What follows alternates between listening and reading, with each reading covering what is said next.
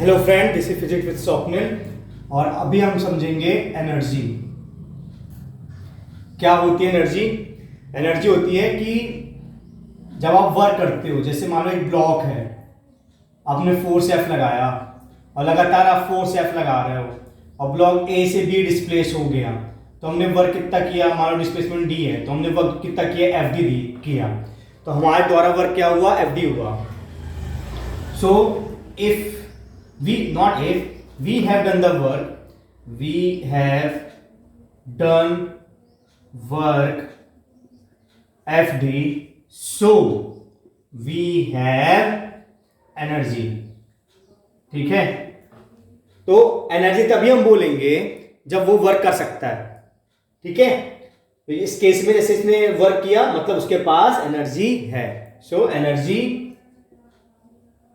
Is ability to do work. अगर कोई भी वर्क कर सकता है मतलब उसके पास एनर्जी है, तभी तो उसने वर्क किया। तो वर्क इज अ प्रूफ।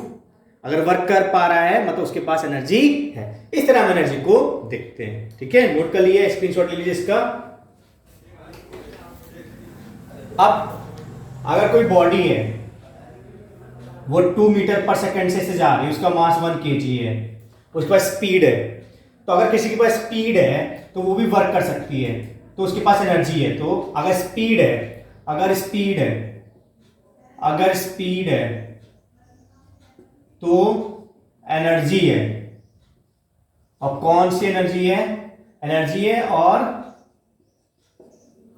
कौन सी एनर्जी है? काइनेटिक एनर्जी है। ठीक है, अगर स्पीड है तो एनर्जी हो। कौन सी एनर्जी है? काइनेटिक एनर्जी है। काइनेटिक एनर्जी क्या होता है? Half M V square. ठीक है, तो हाफ एम कितना दिया गया बेटा? 1, और वी कितना दिया है? 2 का स्क्वायर। तो कितना हो जाएगा? 2। यूनिट क्या होती है एनर्जी की? जूल। ठीक है, तो 2 जूल हमारी काइनेटिक एनर्जी हो जाएगी। अब इससे क्वेश्चन ये आता है कि अगर 2 मीटर पर सेकंड अगर वो कोई बॉल ऐसे जाए तो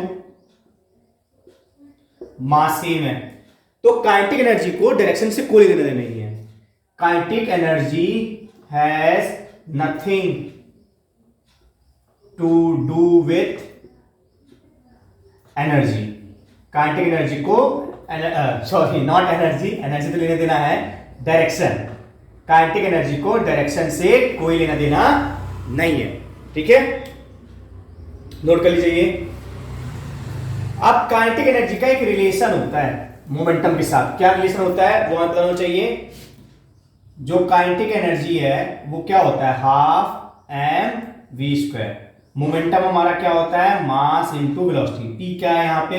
मोमेंटम है। ठीक है, तो इसका स्क्वायर कर दो। स्क्वायर करेंगे तो क्या हो जाएगा? एम स्क्वायर वी स्क्वायर हो जाएगा। हाफ मल्टीप्लाई कर दो दोनों तरफ, तो क्या हो जाएगा? M V square. एक एम यहां ले जाओ। अब ये चीज क्या है? Half M square. Kinetic energy है ना, तो क्या हो गया? Half P square equal to kinetic energy M.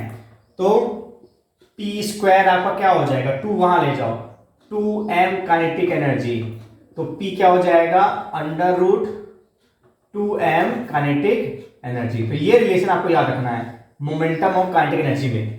अगर आपको मोमेंटम दिया है तो आप काइनेटिक एनर्जी निकाल सकते हो, और काइनेटिक एनर्जी दिया तो मोमेंटम निकाल सकते हो। ये बहुत इंपॉर्टेंट रिलेशन है काइनेटिक एनर्जी और मोमेंटम में। ठीक है, नोट करिए जल्दी। कर लिया आपने? अब हम बात करेंगे कंजर्वेशन ऑफ एनर्जी। इसकी बात करेंगे हम, कंजर्वेशन ऑफ एनर्जी की बात करेंगे। कंजर्वेशन ऑफ एनर्जी मतलब होता है जितनी भगवान ने एनर्जी देना था वो एनर्जी ना कम हो रही ना ज्यादा हो रही। जैसे वाटर, नाइट्रोजन सबकी साइकिल होती है ना, जैसे एनर्जी की साइकिल है। एनर्जी जितनी थी यूनिवर्स में पहले उतनी ही है, ना कम या ज्यादा नहीं होती। एक फॉर्म से दूसरे फॉर्म चेंज होती रहती है। तो energy cannot be created nor destroyed, and ना क्रिएट होती है ना डिस्ट्रॉय होती है। It change from one form to another, one form to another. Energy केवल एक फॉर्म से दूसरे फॉर्म में चेंज होती है, ना क्रिएट होती है ना ही डिस्ट्रॉय होती है। ठीक है, अब दो प्रकार की फील्ड होती हैं, एक होता है कंजर्वेटिव,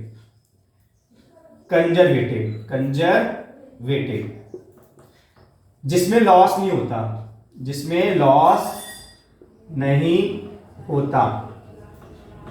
और एक होती है नॉन कंजर्वेटिव,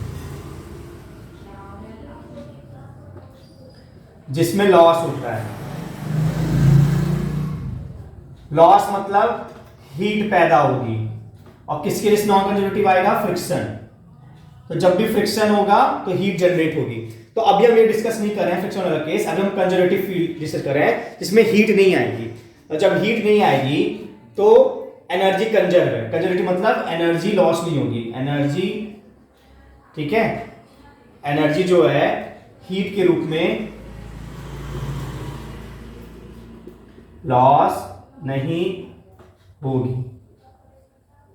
तो ऐसा कब होता है? कंजर्वेटिव कौन होता है? जैसे नॉन कंजर्वेटिव तो फ्रिक्शन है, कंजर्वेटिव क्या होता है? फोर्स बाय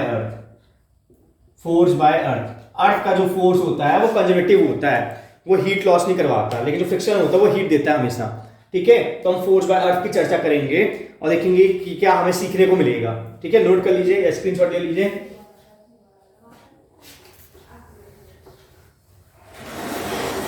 तो देखिए यहाँ पे एक बॉल है, वो हमने 5 मीटर पर सेकेंड से ऊपर फेंका। तो हम जानते हैं जो अर्थ है वो हर एक चीज को पुल करती है, ठीक है, एफ फोर्स से। तो इसकी स्पीड कम होती जाएगी और यहाँ पे क्या हो जाएगी? और कम हो जाएगी। मान लो बीच में और कम हो गई, यहाँ पे हो गई 2 मीटर पर सेकेंड। तो यहाँ पे काइनेटिक स्पीड ज्यादा है, तो यहाँ पे काइनेटिक एनर्जी क्या है? ज्यादा। और यहाँ पे स्पीड कम है, तो काइनेटिक एनर्जी क्या है? कम। तो काइनेटिक एनर्जी तो चेंज हो गई ना, काइनेटिक एनर्जी क्या हो गई? काइनेटिक एनर्जी डिक्रीज हो गई। काइनेटिक एनर्जी क्या हो गई? डिक्रीज हो गई। ठीक है, तो ये काइनेटिक एनर्जी गई कहां? ये काइनेटिक एनर्जी कहां गई? क्योंकि लॉस तो नहीं हो सकती है, क्योंकि हमारा अर्थ का जो फोर्स होता है कंजर्वेटिव होता है, तो लॉस तो नहीं हो सकती है। तो ये गई कहां? तो ये क्या होता है? कहीं नहीं जाती है। जब ये बॉल वापस आएगी, जैसे बॉल ऊपर जा रही है, ऊपर जाके इसकी स्पीड क्या हो जाएगी? 0 मीटर पर सेकेंड, है ना, रुकेगी ना, और वापस आएगी। जब ये वापस आएगी, वापस वाले पाथ को यहाँ पे शो कर रहे हैं, वहां पे तो वैसे ही पाथ से आएगी, लेकिन फिर समझ में नहीं आएगा डायग्राम। तो इस पाथ से शो कर रहे हैं, तो वापस आएगी, तो वापस में भी इसकी स्पीड 2 मीटर पर सेकंड होगी, और यहाँ पे इसकी वापस स्पीड क्या होगी? 5 मीटर पर सेकंड होगी। मतलब क्या है? ये लॉस नहीं हुई है, स्टोर हुई है। ठीक है, यहाँ पे क्या हुई है? स्टोर हुई है, और फिर जब वापस आई है तो वापस मिल गई है। ठीक है, यहाँ पे 5 थी, कम होती जा रही है, तो स्टोर होती जा रही है। जैसे कि आपके पास 100 रुपए है, मान लीजिए आपके पास 100 रुपए है, ठीक है, और यहाँ पे 100 रुपए था, और जब आप यहाँ गए तो आपके पास 50 रुपए हो गया, ठीक है, और यहाँ पे गए तो आपके पास 0 रुपए हो गया। तो ये आपने क्या किया? आपने क्या किया है? आपके पैसे जो हैं आपने अपने दोस्तों को दिए हैं। मान लो यहाँ लगातार आपके दोस्त थे, 10 दोस्त थे आपके, और सबको 10-10 रुपए दे दिया।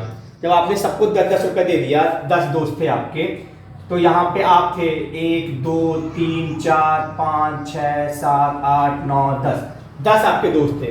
तो यहाँ पे आपके पास कितने रुपए हो गए? 90, यहाँ पे 80, है ना, और यहाँ पे 70, और यहाँ पे 60, ऐसे 50 कर करके यहाँ पे कितने हो जाएंगे? 0 हो जाएंगे। ठीक है, तो लेकिन ये अच्छे दोस्त हैं, ये आपका पैसा उड़ाएंगे नहीं। तो आप जब वापस आओगे, मान लो आप कहीं गए, रास्ते में दोस्त पड़ा, आपने 10 रुपए दे दिए, ठीक है, ये ऐसे कभी होगा नहीं, इमेजिनरी सिचुएशन है। और जब आप वापस आओगे तो आपको वापस दोस्त दे देंगे, तो यहाँ पे फिर से आपके पास 10 रुपए हो जाएगा, यहाँ जब लौटोगे तो फिर 20 हो जाएगा, यहाँ 30 हो जाएगा, ऐसे करके जब यहाँ लौटोगे तो फिर से आपके पास, यहाँ पे आओगे तो 100 रुपए वापस हो जाएंगे आपके पास। तो क्या है? स्टोर हो रही है energy.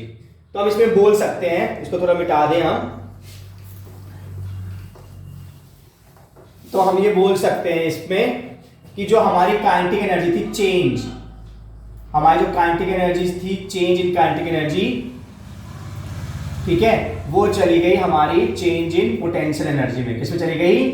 Change in potential energy. जितनी काइनेटिक एनर्जी हमारी चेंज होती है, जैसे हमारे पास काइनेटिक एनर्जी थी 100, फिर 50 हो गई, तो चेंज कितने का आया? 50 का आया। तो जितनी हमारी काइनेटिक एनर्जी कम होगी उतनी ही तो पोटेंशियल भी बढ़ेगी, क्योंकि एनर्जी तो कंजर्व होती है। तो काइनेटिक एनर्जी जाएगी कहाँ? वो दूसरे फॉर्म में जाएगी, और कंजर्वेटिव फील्ड में जो काइनेटिक एनर्जी वो जाती है वो कहाँ जाती है? पोटेंशियल एनर्जी में जाती है। ठीक है, तो चेंज इन काइनेटिक एनर्जी क्या हो जाएगा? Minus change in potential energy.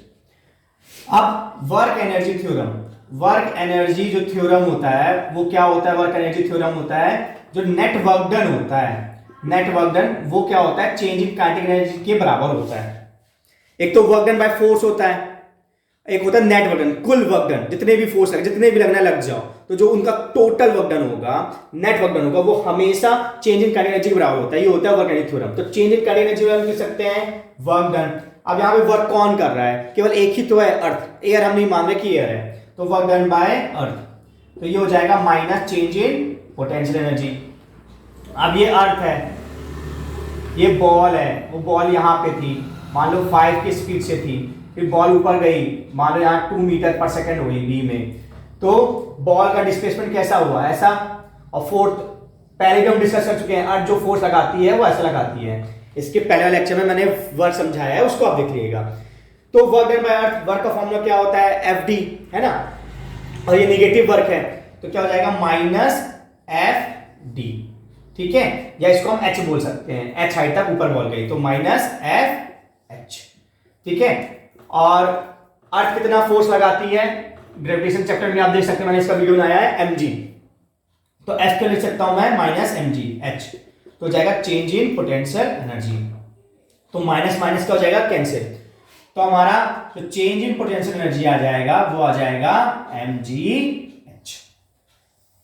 Change in potential energy क्या होता है, initial potential energy, final potential energy, तो ये हमारा इनिशियल पोटेंशियल एनर्जी और ये हमारा है फाइनल पोटेंशियल एनर्जी, ठीक है। तो ये क्या होगा, final potential energy minus initial potential energy क्या आ जाएगा, mgh के बराबर। अब हमें पता करना है कि यहाँ पे पोटेंशियल एनर्जी क्या है हमारी, तो हमें यहाँ पे इसको जीरो मानना पड़ेगा, जहां से बॉल हमने लिया ना वहां पे हमें पोटेंशियल एनर्जी मानना पड़ेगा जीरो। जब जीरो मानोगे तब तो उसकी वैल्यू आएगी कुछ, ठीक है। तो जहां पे हम इनिशियल हमारी पोटेंशियल एनर्जी हम लेते हैं जीरो, उसको अपन बोलते हैं रेफरेंस। तो हमें हमेशा रेफरेंस बताना पड़ता है। अगर हम किसी की एक पोटेंशियल एनर्जी वैल्यू बता रहे हैं किसी भी ऑब्जेक्ट की, तो किसी के रेफरेंस में बताते हैं, और जिसके रेफरेंस बताते हैं वहां पे पोटेंशियल क्या मानते हैं, जीरो। तो जब हम रेफरेंस मान लेंगे तो ये क्या हो जाएगी, जीरो। तो हमारी पोटेंशियल एनर्जी उसका फॉर्मूला क्या हो जाएगा, mgh। तो जो आप बुकों में देखते हैं, डेरिवेशन देखते हैं कि mgh हम रख लेते हैं, पोटेंशियल mgh है, mgh है, वो इस तरह आता है कि एनर्जी कंजर्व होती है, जितनी काइनेटिक एनर्जी चेंज आएगा वो चेंज जो होगा काइनेटिक एनर्जी में, काइनेटिक एनर्जी किस में कन्वर्ट होगी, पोटेंशियल एनर्जी में। मान लो काइनेटिक एनर्जी 50 से चेंज हुई है तो पोटेंशियल एनर्जी 50 से बढ़ेगी। अब वर्क एनर्जी थ्योरम के कारण जो नेट वर्क डन होता है चेंज काइनेटिक एनर्जी के बराबर होता है, तो चेंज इन काइनेटिक एनर्जी को हम कर सकते हैं वर्क डन। अब इसमें केवल अर्थ वर्क डन करी है, तो वर्क डन बाय अर्थ क्या हो जाएगा, चेंज इन पोटेंशियल एनर्जी। अब वर्क डन क्या होता है, फोर्स इनटू डिस्प्लेसमेंट, तो फोर्स ऐसा लग रहा है, डिस्प्लेसमेंट ऐसा है, डिस्प्लेसमेंट कितने का है, h का है, और फोर्स अर्थ का फोर्स क्या होता है, mg, माइनस साइन इसलिए है क्योंकि नेगेटिव वर्क है, माइनस माइनस कैसे हो जाएगा, तो चेंज इन एनर्जी क्या हो जाएगा, mgh हो जाएगा। जब चेंज इन एनर्जी mgh हो जाएगा तो चेंज क्या होता है, फाइनल माइनस इनिशियल होता है। अब हमें इसको कोई वैल्यू देना है, तो इसको वैल्यू देना है तो हमें ये वाली वैल्यू को जीरो मानना पड़ेगा। जब हम इस वैल्यू को जीरो मानेंगे वो हमारा रेफरेंस कहलाएगा, तो रेफरेंस को हमने जीरो मान लिया, तो हमारी potential energy at height h क्या हो जाएगा, mgh, ठीक है। इतना समझ में आया आपको, okay, thank you so much.